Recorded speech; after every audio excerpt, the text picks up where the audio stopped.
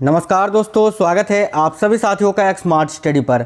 साथियों, UP police constable 2024 के लिए आज एक शानदार सेशन करेंगे और 100% आपको इस क्लास से क्वेश्चंस आपके पेपर में मिलेंगे।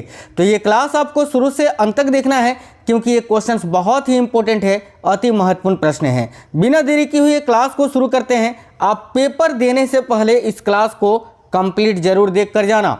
देखिए, पहला क्वेश्चन है, किसके छल के कारण तात्या टोपे को गिरफ्तार कर लिया गया था। बहुत ही महत्वपूर्ण प्रश्न है, तो ध्यान से देखिएगा। इनमें से किसके छल के कारण तात्या टोपे को गिरफ्तार कर लिया गया था अंग्रेजों के द्वारा?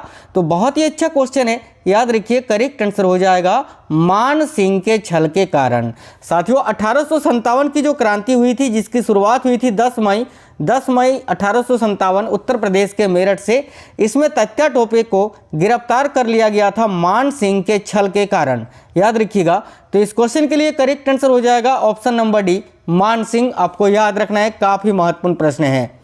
आगे देखिए, तात्या टोपे को कब फांसी दे दी गई थी? बहुत ही इंपॉर्टेंट क्वेश्चन है। तो देखिए, बहुत ही अच्छा क्वेश्चन है। तात्या टोपे को फांसी कब दी गई थी, यह आपको बताना है इस क्वेश्चन में। तो याद रखिएगा, तात्या टोपे को 1859 में, ठीक है, 1859 ईस्वी में फांसी दी गई थी। तो करेक्ट आएगा ऑप्शन नंबर सी, याद रखना। आगे देखिए, बेलन नदी घाटी की खुदाई किसके निर्देशन में कराई गई? काफ़ी महत्वपूर्ण प्रश्न है। तो देखिए, बेलन नदी घाटी की खुदाई किसके निर्देशन में कराई गई थी? याद रखिए, प्रोफेसर GR शर्मा के नेतृत्व में या निर्देशन में। तो राइट है option number D, professor GR Sharma. Next question देखिएगा, पंडित मदन मोहन मालवीय का जन्म कब हुआ था? तो ध्यान से देखिए, पंडित मदन मोहन मालवीय का जन्म उत्तर प्रदेश में कब हुआ था? तो यहाँ याद रखिए, करेक्ट आंसर हो जाएगा 1861 में। ठीक है, 1861 में पंडित मदन मोहन मालवीय का जन्म हुआ था। ऑप्शन नंबर बी करेक्ट हो जाएगा। नेक्स्ट है, पंडित मोतीलाल नेहरू को कांग्रेस का अध्यक्ष कब बनाया गया था? यहाँ पर याद रखना, पंडित मोतीलाल नेहरू जो कि जवाहरलाल नेहरू जी के पिताजी थे, इनका भी जन्म 1861 में ही हुआ था। ठीक है, और इनको कांग्रेस का अध्यक्ष कब बनाया गया था? तो 1919 ईस्वी में। करेक्ट आएगा ऑप्शन नंबर सी, 1919। आगे देखिए, चंद्रशेखर आज़ाद कब शहीद हुए थे? तो साथियों, चंद्रशेखर आज़ाद कब शहीद हुए थे? तो याद रखिएगा 1931 में। तो देखिए, यहाँ करेक्ट आएगा ऑप्शन नंबर बी, 1931, याद रखना।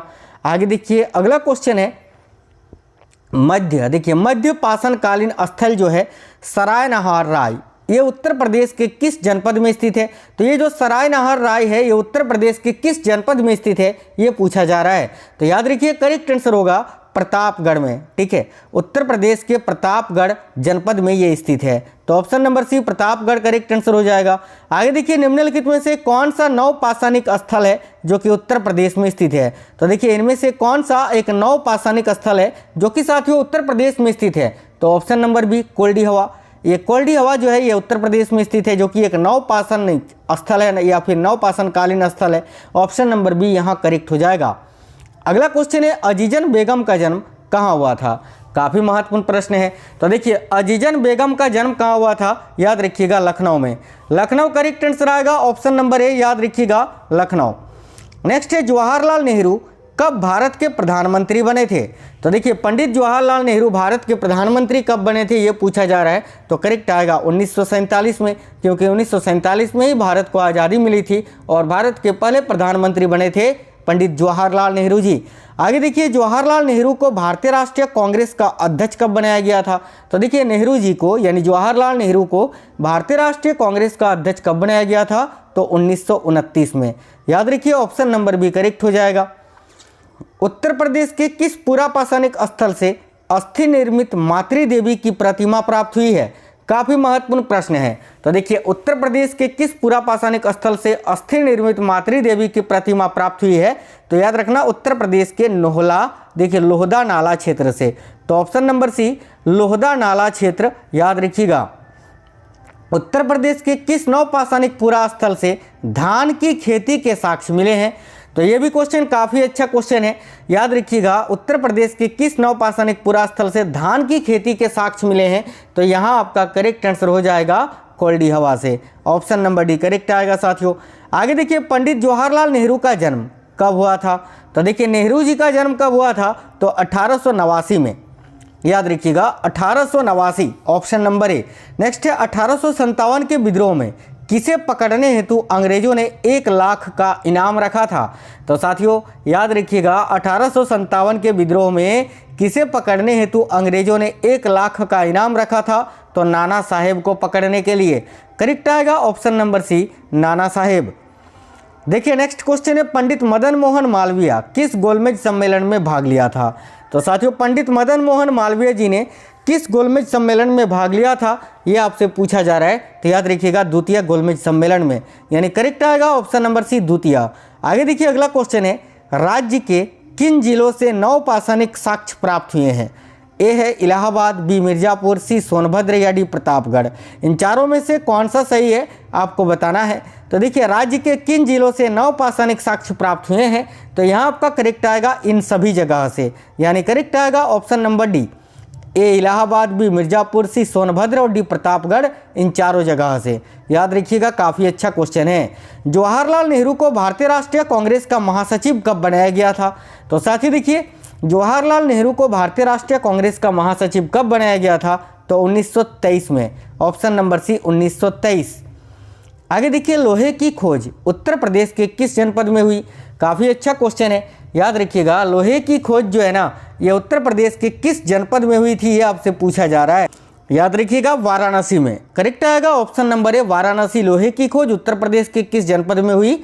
तो वाराणसी में। आगे देखिए अगला क्वेश्चन है, सिंधु घाटी सभ्यता का सबसे पूर्वी स्थल आलमगीरपुर, ये कहाँ स्थित है?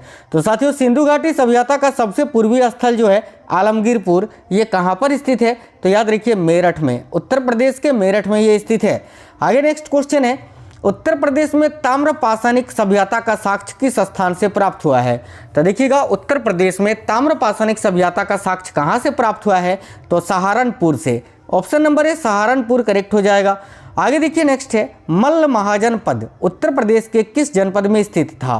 तो याद रखिएगा ये जो मल्ल महाजनपद था ये उत्तर प्रदेश के किस जनपद में स्थित था? तो देखिए करेक्ट आंसर होगा कुशीनगर में, ऑप्शन नंबर सी यहाँ करेक्ट हो जाएगा, कुशीनगर। आगे देखिए कपिल वस्तु वर्तमान उत्तर प्रदेश के किस जनपद में अवस्थित था? तो देखिए कपिल वस्तु जो है ये वर्तमान उत्तर प्रदेश के किस जनपद में अवस्थित था? तो साथियों याद रखिएगा गोरखपुर में। करेक्ट है ऑप्शन नंबर बी, गोरखपुर। आगे देखिए 16 महाजन पदों में से कितने महाजन पद वर्तमान उत्तर प्रदेश वाले भूभाग में स्थित थे? तो देखिए 16 महाजन पदों में से कितने महाजन पद वर्तमान उत्तर प्रदेश वाले भूभाग में स्थित थे? तो यहाँ करेक्ट आंसर आएगा 8, ऑप्शन नंबर सी करेक्ट हो जाएगा, 8 याद रखना है। आगे देखिए बौद्ध धर्म का पालना किस राज्य को कहा जाता है? काफ़ी महत्वपूर्ण प्रश्न है। तो साथियों देखिएगा बौद्ध धर्म का पालना किस राज्य को कहा जाता है? तो भाई उत्तर प्रदेश को। याद रखिए ऑप्शन नंबर सी करेक्ट होगा, उत्तर प्रदेश। आगे देखिए ऋषिपतन या मृगदाव का आधुनिक नाम क्या है? तो देखिए ऋषिपतन या मृगदाव का आधुनिक नाम क्या है? याद रखिएगा सारनाथ। करेक्ट आएगा ऑप्शन नंबर डी, सारनाथ। आगे देखिए बुद्ध काल में उत्तर प्रदेश में कितने मुख्य गणराज्य थे? तो भाई बुद्ध काल में उत्तर प्रदेश में कुल कितने मुख्य गणराज्य थे? तो साथियों याद रखिएगा 7 गणराज्य, ऑप्शन नंबर बी करेक्ट हो जाएगा, 7। नेक्स्ट है महावीर स्वामी के समय जैन धर्म का प्रमुख केंद्र कहाँ था? तो ध्यान से देखिए महावीर स्वामी के समय जैन धर्म का प्रमुख केंद्र कहाँ था? तो देखिए यहाँ करेक्ट आंसर हो जाएगा वाराणसी में, option number A Varanasi correct है। अगला क्वेश्चन है, पांचाल महाजनपद की राजधानी काम्पिल्य का संबंध उत्तर प्रदेश के किस जनपद से है? तो साथियों पांचाल महाजनपद की राजधानी काम्पिल्य का संबंध उत्तर प्रदेश के किस जनपद से है? तो याद रखिएगा फर्रुखाबाद से, option number B Farrukhabad correct हो जाएगा। नेक्स्ट है उत्तर वैदिक कालीन किस मृदभांड के साक्ष्य संपूर्ण उत्तर प्रदेश से प्राप्त हुए हैं? तो देखिए उत्तर वैदिक कालीन किस मृदभांड के साक्ष्य हैं जो कि संपूर्ण उत्तर प्रदेश से प्राप्त हुए हैं? तो लाल मृदभांड, ऑप्शन नंबर ए करेक्ट हो जाएगा, लाल मृदभांड।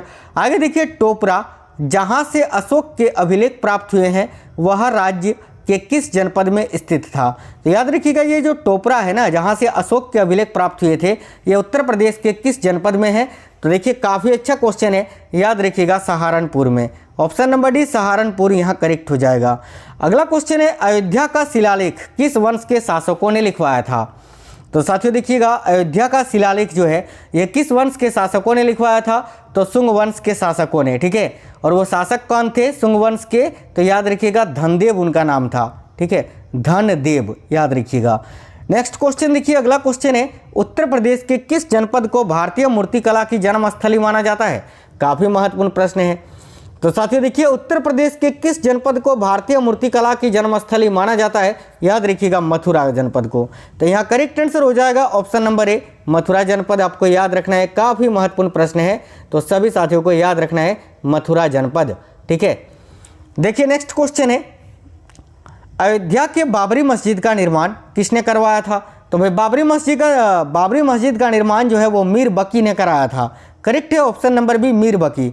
अगला है, आगरा में जहांगीरी महल का निर्माण किसने करवाया था? तो साथियों आगरा में जहांगीरी महल का निर्माण ये किसने करवाया था?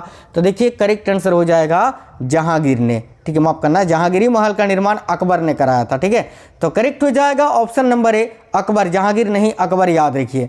आगे देखिए, बीरबल का जन्म कहाँ हुआ था? तो कालपी में, याद रखना। बीरबल जिनका वास्तविक नाम था महेश दास, ठीक है, जो कि अकबर के शासनकाल से संबंधित है और इनका जन्म हुआ था कालपी में। नेक्स्ट है, सरकी साम्राज्य की स्थापना कहाँ पर की गई थी? काफ़ी अच्छा क्वेश्चन है, तो याद रखिए सरकी साम्राज्य की स्थापना जो है ये जौनपुर में की गई थी। Option number C, Jaunpur correct हो जाएगा यहाँ आपका। चलिए नेक्स्ट क्वेश्चन है, बदायूं का जामा मस्जिद किसने बनवाया था? तो साथियों देखिए, बदायूं में स्थित जो जामा मस्जिद है इसको किसने बनवाया था? तो भाई इल्तुतमिश ने, याद रखिएगा, गुलाम वंश के शासक या दिल्ली सल्तनत के शासक इल्तुतमिश। अगला है, आगरा नगर की स्थापना किसने की थी? तो देखिए काफ़ी अच्छा क्वेश्चन है, याद रखिए आगरा नगर की स्थापना की थी सिकंदर लोदी ने। Option number D, Sikandar Lodi correct है। नेक्स्ट क्वेश्चन है, अकबर का मकबरा कहाँ स्थित है? तो साथियों देखिए, अकबर का मकबरा ये कहाँ पर स्थित है? याद रखिए सिकंदरा में। ठीक है, करेक्ट आएगा option number C, Sikandra. Next question है, पंचमहल कहाँ अवस्थित है? तो साथियों देखिए, पंचमहल जो है ना ये आपका फतेहपुर सीकरी में स्थित है। तो क्या आंसर होगा? Option number A, Fatehpur Sikri. Agra के लाल किले का निर्माण किसने करवाया था? तो ध्यान से देखिए, आगरा के लाल किले का निर्माण कराया था अकबर ने। ठीक है, ऑप्शन नंबर ए। और दिल्ली का जो लाल किला है उसको शाहजहां ने बनवाया था, याद रखिए। आगे नेक्स्ट क्वेश्चन है, धर्मराजी का स्तूप ये कहाँ स्थित है? तो साथियों देखिए, धर्मराजी का स्तूप जो है ये सारनाथ में स्थित है, उत्तर प्रदेश के सारनाथ में। नेक्स्ट है, स्कंदगुप्त ने उत्तर प्रदेश के किस जनपद में भीतरी अभिलेख लिखवाया था? तो साथियों स्कंदगुप्त ने उत्तर प्रदेश के किस जनपद में भीतरी अभिलेख लिखवाया था? तो यहाँ आपका करेक्ट आंसर हो जाएगा गाजीपुर में, याद रखिए option number C, Ghazipur. Agra के किले में मोती मस्जिद का निर्माण किसने करवाया था? तो साथियों देखिए, आगरा के किले में मोती मस्जिद का निर्माण किसने कराया था? तो करेक्ट आएगा शाहजहां ने, ऑप्शन नंबर डी। 1857 के विद्रोह का नेतृत्व बरेली में किसने किया था? देखिए 1857 की जो क्रांति हुई थी उसमें बरेली का नेतृत्व किया था खान बहादुर ने। तो राइट आएगा ऑप्शन नंबर ए, खान बहादुर। बक्सर का युद्ध किस संधि से समाप्त हुआ था? तो साथियों बक्सर का युद्ध जो कि 1764 में हुआ था और ये इलाहाबाद की द्वितीय संधि से समाप्त हुआ था। ऑप्शन नंबर ए, इलाहाबाद की संधि या इलाहाबाद की द्वितीय संधि जो कि हुई थी 16 अगस्त 1765 में, याद रखना। आगे देखिए, बक्सर के युद्ध में अवध के किस नवाब ने भाग लिया था? तो भाई बक्सर के युद्ध में अवध के किस नवाब ने भाग लिया था? तो याद रखना शुजाउद्दौला या सिराजुद्दौला ने। ऑप्शन नंबर ए करेक्ट है। नेक्स्ट है, स्वतंत्र अवध राज्य की स्थापना किसने की थी? तो साथियों देखिएगा, स्वतंत्र अवध राज्य की स्थापना की थी शहादत खां बुरहान उल मुल्क ने, यानी राइट आएगा ऑप्शन नंबर ए। नेक्स्ट है, 1857 के विद्रोह का नेतृत्व कानपुर में किसने किया था? तो देखिए 1857 के विद्रोह का नेतृत्व कानपुर में तात्या टोपे ने किया था साथियों। करेक्ट आएगा option number C, Tatya Tope. याद रखिए क्वेश्चंस बहुत ही महत्वपूर्ण थे। तो wish you all the best. जिनका भी पेपर है अभी, आप लोग अच्छे से पेपर करके आना। क्लास को एक लाइक जरूर करना और अपने सभी दोस्तों को जरूर शेयर कर देना। तो साथियों मिलेंगे नेक्स्ट क्लास में, तब तक बिल्कुल स्वस्थ रहें। जय हिंद, वंदे मातरम।